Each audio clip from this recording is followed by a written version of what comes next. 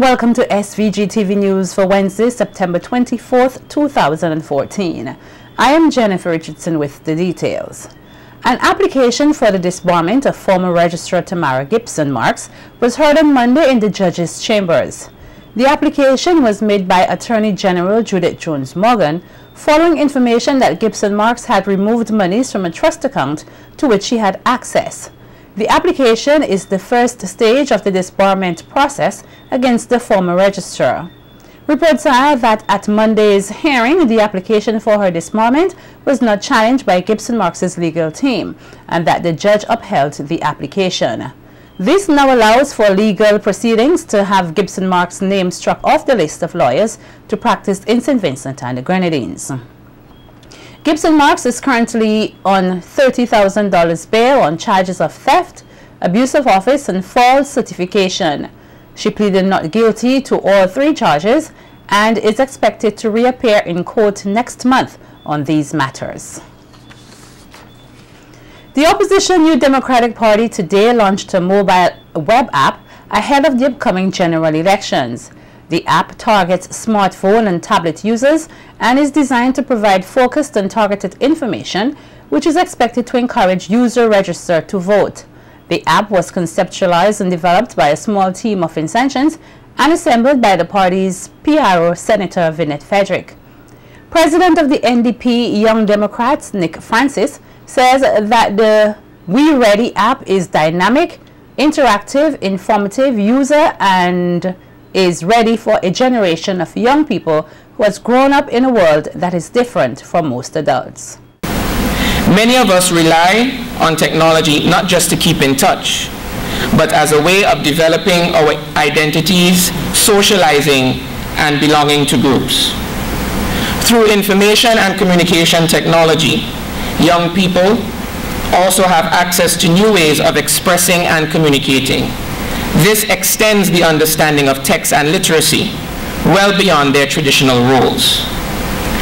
Political engagement through the web and blogs are but a few examples of how we as young people actively engage in civic society through information and communication technology. The New Democratic Party is serious about youth development and engaging young people where they meet and converse online.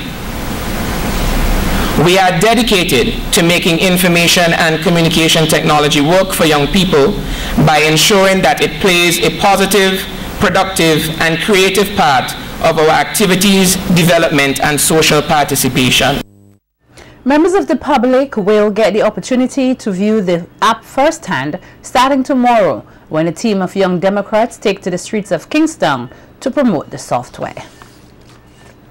Leader of the opposition and president of the New Democratic Party, Adam Eustace, says he is overall pleased with the project and he is a proud observer. This is a youth-driven idea.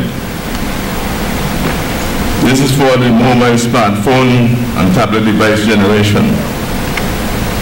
Those who populate and get the information on social forums like Facebook and Twitter. Those who follow Hitman before they look at SVG-TV for information. This app is designed to mobilize them. This is where and how our young people communicate. We don't call them internet crazy. We call them internet savvy. And we embrace the opportunity to join the conversation where they are comfortable. That conversation is online, on mobile. Meanwhile, the opposition leader says his party is working along with 5 world-class creative innovators to bring information technology businesses to SVG, though he remains silent on who these entities are. Serious about the development of information and communication technologies in this country.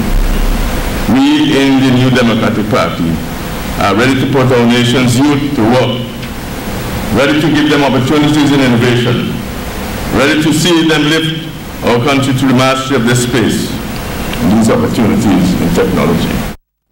Opposition Senator Vinette Frederick, who is Shadow Minister for Information and Technology, says it is the new Democratic Party's vision to create an economy in St. Vincent and the Grenadines that is intelligent, responsive and thriving through the development of the IT sector.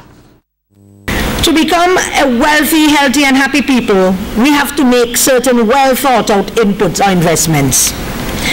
The investments would be made within a well-crafted and designed enabling environment with the help of our creative citizens and competent global partners. This relationship of investment and environment is like that of a good seed planted in good soil.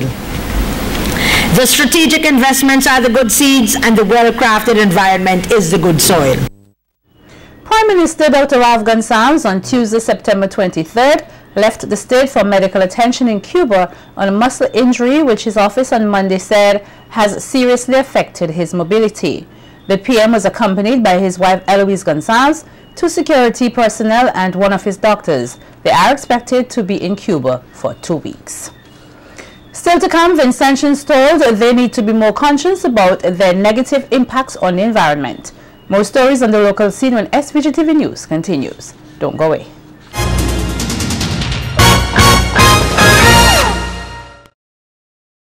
Welcome back. Vincentians continue to be called upon to play their part in conserving the environment.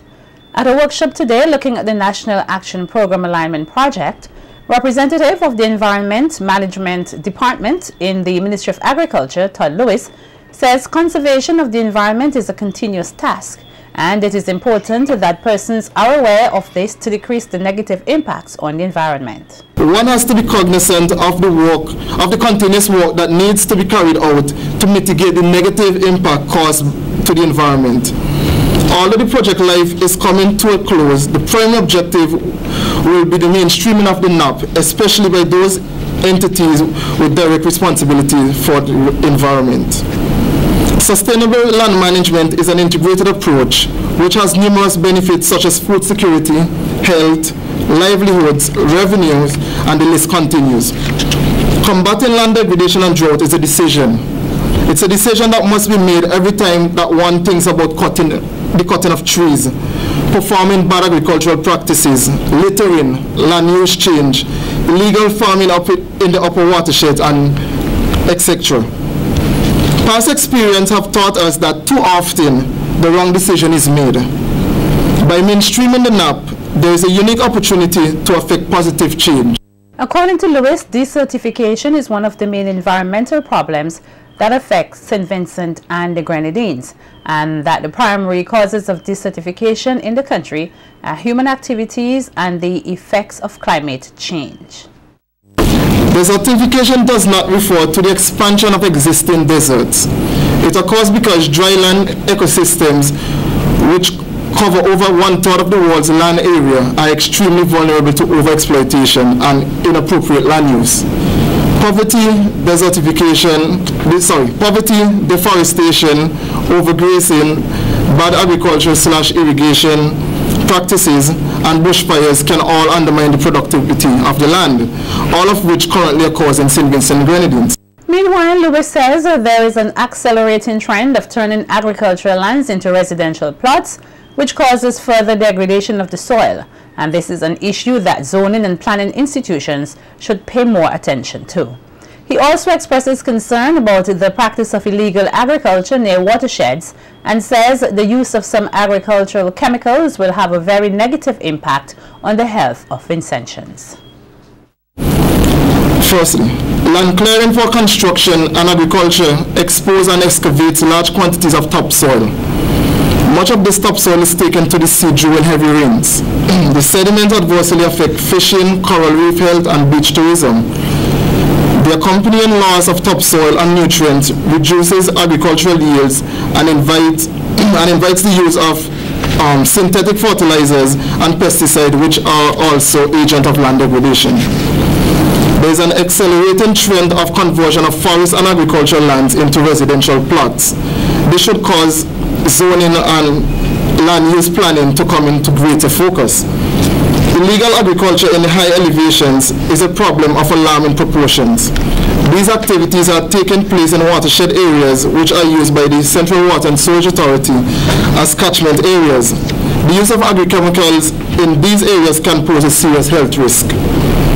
There is a need for monitoring and early warning systems for hazards like landslides, floods for high-risk areas, which we must identify where these are needed and how we can finance them. Lewis also added that there is a need to monitor areas that are prone to floods and erosions, and that the government should provide sufficient finance to implement solutions to correct this problem. He also used the opportunity to speak on the importance of soil preservation in the Grenadines. In the Grenadines, drought is a major factor.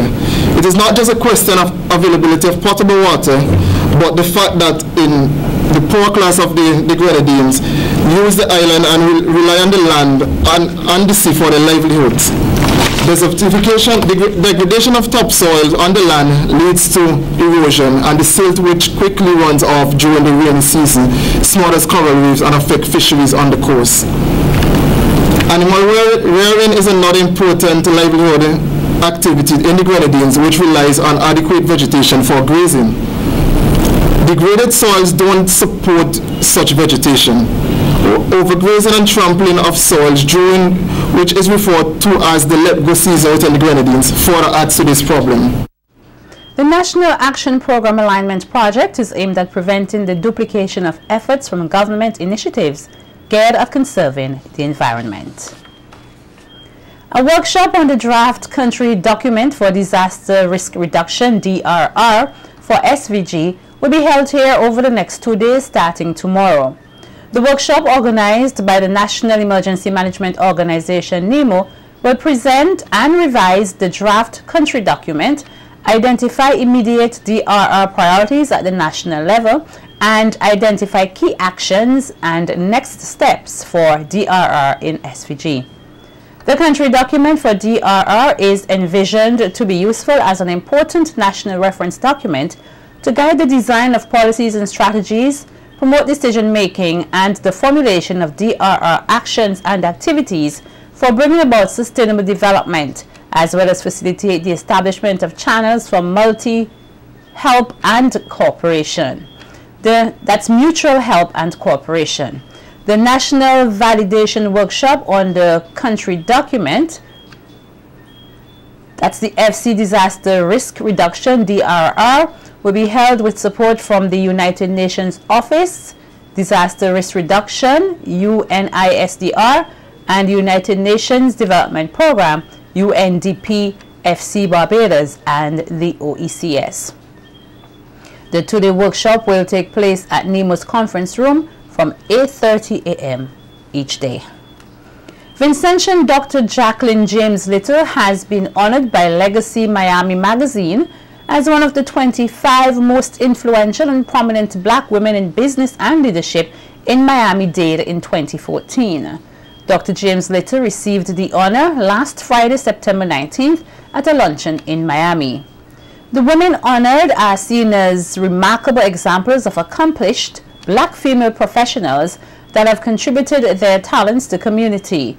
The honorees represented broad spectrum of fields including banking, the arts, community and cultural development, public service, accounting, and more.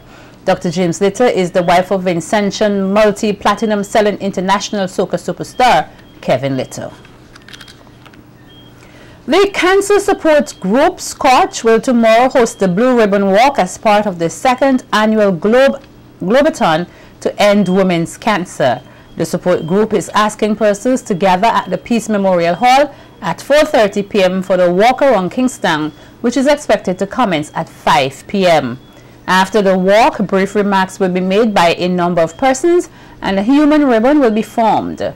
September is being observed as Gynecologic Cancer Awareness Month globally.